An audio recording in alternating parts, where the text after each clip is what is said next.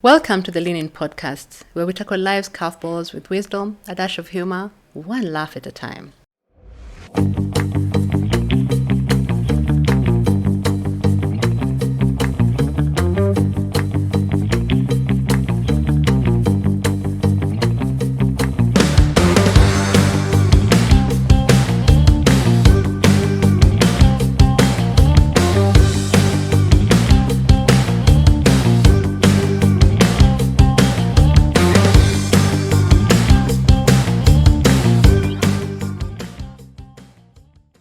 Today, we will be talking about the rebirth.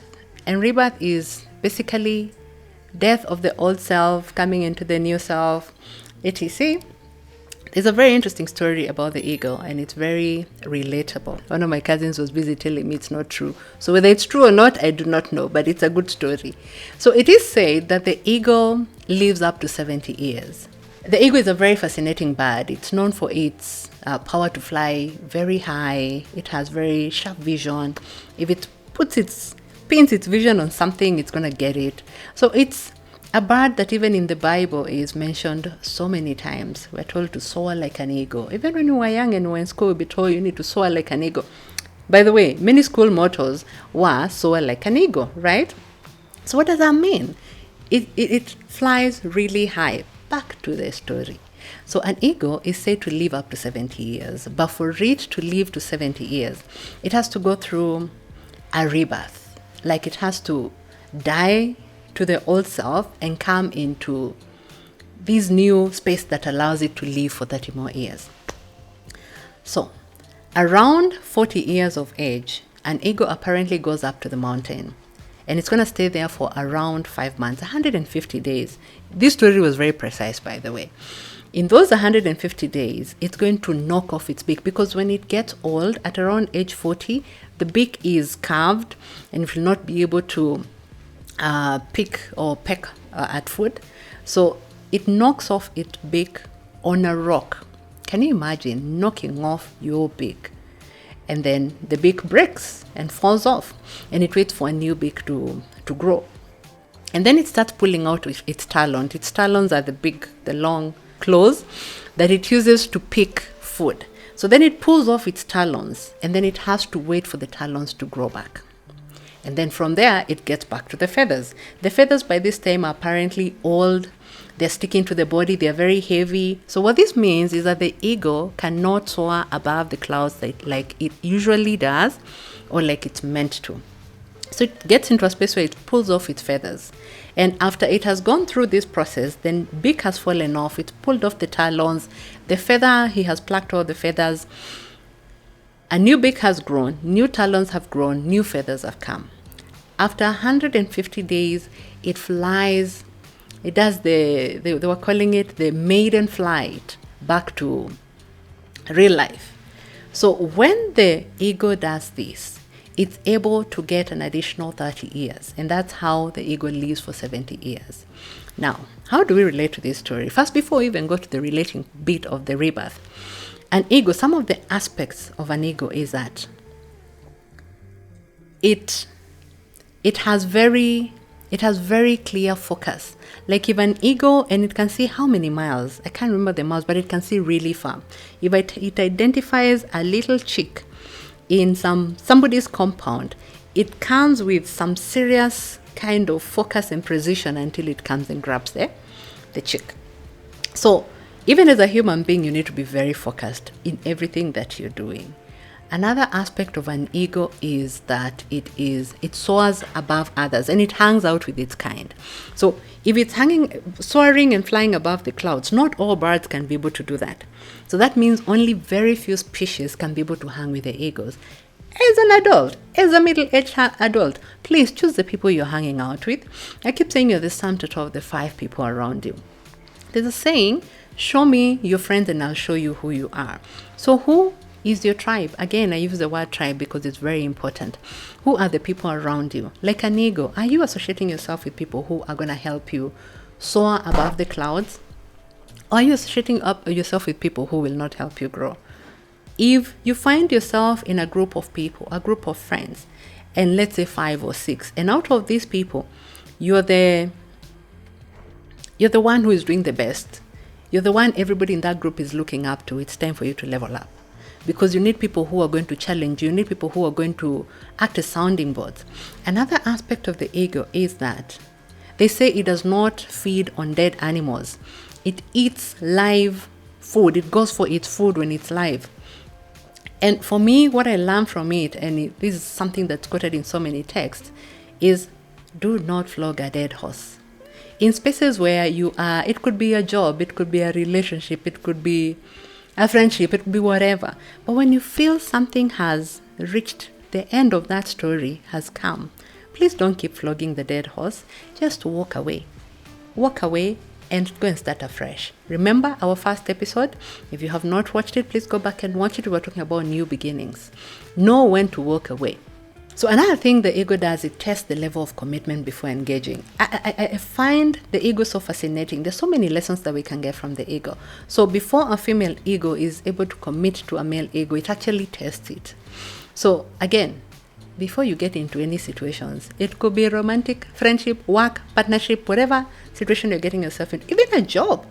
Do your due diligence. Make sure you have tested the level of commitment before you get into any kind of engagement. The last one that I can remember right now is that the ego is not scared of the storm. As a middle-aged human being, you're going to deal with so many storms. Things are going to be thrown your way. But like an ego, you need to lean in. Just like the title of our podcast, lean in. If you fight the storm, it's going to sweep you away. But if you lean in, it sort of sweeps you to safety. So just like an ego, when you find yourself in the midst of a storm, do not fight it. Find coping mechanism, find tools so you're able to lean into the storm.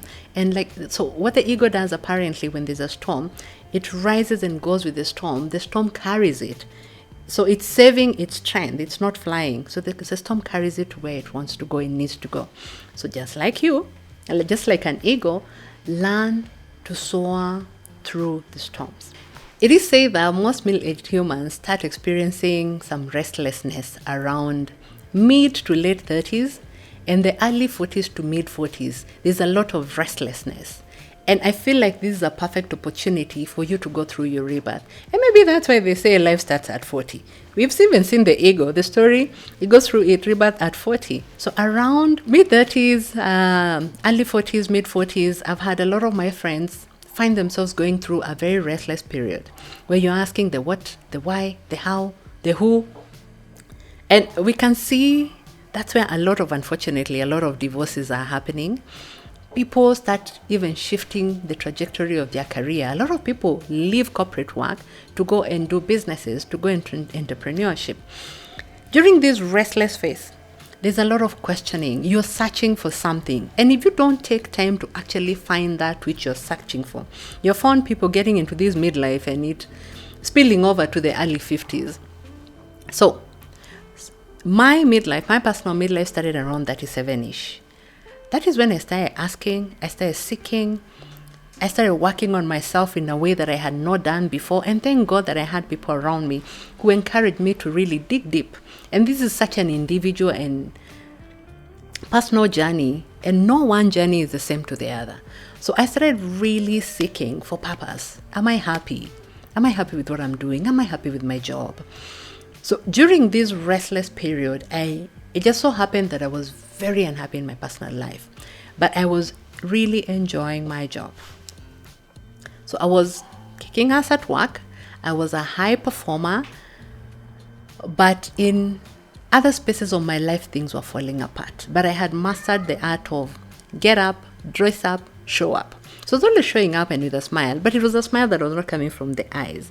It was a smile from the lips. And I started searching, but I did not find myself. It was not an easy search. Between 37 and 40, I was working, doing really well. I was running 2 businesses. I was farming. I was in school. I had children. I don't even know how I was doing it. But what I was doing, in retrospect, I was distracting myself. I was distracting myself from dealing with the reality, with what I needed to focus on. So I had many distractions. These businesses, some of them, because after COVID, most of them went down. They left me with a lot of debt that I'm still paying off today. because I did not take time early enough to dig deep and work on what the real issue was. I even started farming. I remember one of my friends who is an avid farmer telling me that is a very expensive hobby, because I was not doing large-scale farming. But it's a space, I am a farm girl to death. So it's a space that I would really, really love. I would enjoy to just go and look at the plants growing, just breathe in the natural, the fresh air and everything. But it was a very expensive hobby because I was just giving. I was not getting anything out of it. I actually started dealing with a bit of mild depression, clinical depression, of this rebirth. This rebirth journey is no joke. And good thing is that I was going through therapy. I mentioned that I cut my dreadlocks. I was just looking. I had lost so much weight. I was feeling good about myself. I was looking good, but I was miserable. And therapy really came through for me. My rebirth journey also came with the end of my marriage. So it was a whole total new rebirth. So it's, who are you as a human being? Who are you as a parent? Who are you going to be in this season as a single parent? Who are you going to be? How are you going to show up as a parent? What does that look like? So some of the things that I did, therapy was one of them. And then I also started working with a life coach. So life coaching, therapy, very, very different. So what the life coach did, and one thing that I have realized as I have gone on in my journey, is that a lot of who we are today is determined by how we were nurtured, how we grew up. So we have a lot of things that happened to us when we were young. We do not realize the impact they have on our life today, but they actually do have an impact. So my life coach is very deep. So we're looking at our neuropaths. So what are the neuropaths? What are these things that you have engraved in your brain that make you behave the way you behave? And during this journey that I'm still on, it has helped me, and it helped me become very aware as to how I respond to things. Where I would be defensive, I'm like, okay, why am I being defensive? I've also learned to assume best intent. So before jumping into conclusion in any situation, and this came from the rebirth, I will assume best intent. Before I went through this journey of searching and finding myself that I am still trying to, I'm still on. I remember I used to be, one example is I used to have a lot of road rage. So one day I'm driving down Mombasa Road and somebody cut me off badly and I followed them. And it's almost like an out-of-body experience. I am following them, I get close, I flash my lights, and then I'm sure they decided this woman is crazy. So they just kept going and going, and then it got to a point, it's like I woke up and I was like, oh my goodness, what am I doing? So if I caught up with him, what would I have done? So this is what your emotional space does to you. It can make you behave, react, respond to situations in such a volatile way, in such an interesting way. Or it can make you become timid. It's not one size fits all for everybody. It can make you become timid and sure, you're doubting yourself. For me, it was restlessness, busyness. I was such a busybody. I had my calendar full. I was always burning out. I didn't know how to just sit with myself. And maybe why I didn't want to sit with myself is because the noise in my head when I'm alone and in that stillness, it would come out and I would have to deal with the demons that I needed to deal with. Therapy, life coaching, exercise, working with a tribe of people who are going through the same journey. Again, people, if you can imagine, if I'm talking to people who do not understand what I'm talking about, they look at me like you've gone crazy. So I was blessed that a couple of my friends were also going through the same restless phase, and we were like, okay, what's happening to us? So we got a safe space where we'd be like, okay, this is how I'm feeling, this is what is happening in my life. How do we cope? How do we ride the wave? So I continued with the good habits that I had picked up, my hiking, my workouts. That meant that as restless as I was sleeping better, and I had clarity of mind, and it became easier for me to even make better decisions. During this whole restless period is when my marriage is falling apart. Now, I had a picture perfect sort of marriage. So today I will still meet people and they're like, oh my goodness, what happened? And I'm like, you have no idea how miserable we both were. And what I learned, I had to unlearn, is that I had gotten into a phase of smiling through whatever darkness I was going through, get up, show up, dress up. Because post the journey of rebirth, I did not know how to be vulnerable. And in talking about what I am going through, or in being vulnerable, in opening myself up, I used to look at that as a weakness. A lot of people would tell me, Shiro, you're so strong. I like how you deal with things. I like how you handle things. You're never sad. You're always there for people. That was a mask. I was being there for people because I didn't want to deal with my own issues. So through the rebirth journey, through the life coaching, through the therapy, through the talking, I am reading a lot. There's one author that I really love. She talks about vulnerability. And I learned that being vulnerable is actually such a major flex.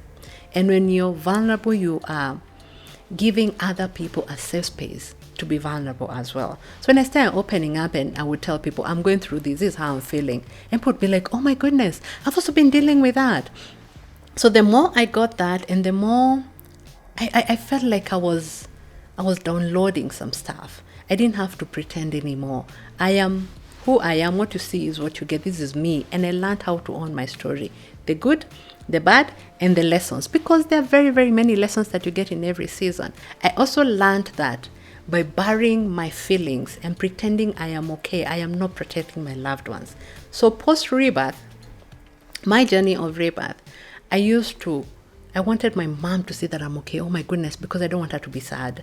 So even as I'm getting divorced and all this, and she's so worried, I'd come up and I'm trying to show I am good, mom. I am fine. I got this. My sister, my children, I learned, and for those of you who are in the same space or that I was in, I learned that it's very important to be vulnerable even to your family, even to your children, but knowing the degrees, varying the degrees of vulnerability. So for example, what are you going to tell your children? What you tell them is not the same thing you're going to tell your sister, is not the same thing that you're going to tell your mother. So you have to know how to, the gauge, the vulnerability gauge, how much can they take?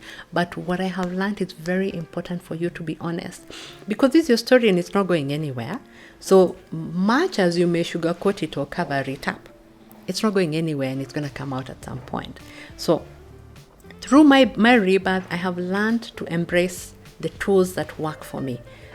Journaling, coaching, life coaching, therapy, amazing. I still go for therapy every once in a while. Just look at where am I, how am I doing, and having my little tribe. My tribe that used to be like that has reduced, and I am very, very intentional with the time spent with my people. I'm very intentional with the time spent with my family. I'm very intentional with the time that I carve out for my children, because those are the people that matter. I have also learned how amazing being vulnerable and owning your story is. It's so liberating. It takes away the shame. There's a quote that says, when you own your story, it's no longer shameful because you own it. It's not going to own you. So own your story, walk through whatever space you're in, soar like an eagle, lean into the storm, don't fight it. And above all, remember, every season has a beginning and an end. How long that season is going to be determined by how you choose to handle that season. How long you stay down is going to be determined by how well you choose to handle the season. What tools do you pick? How do you deal with it? The attitude that you take.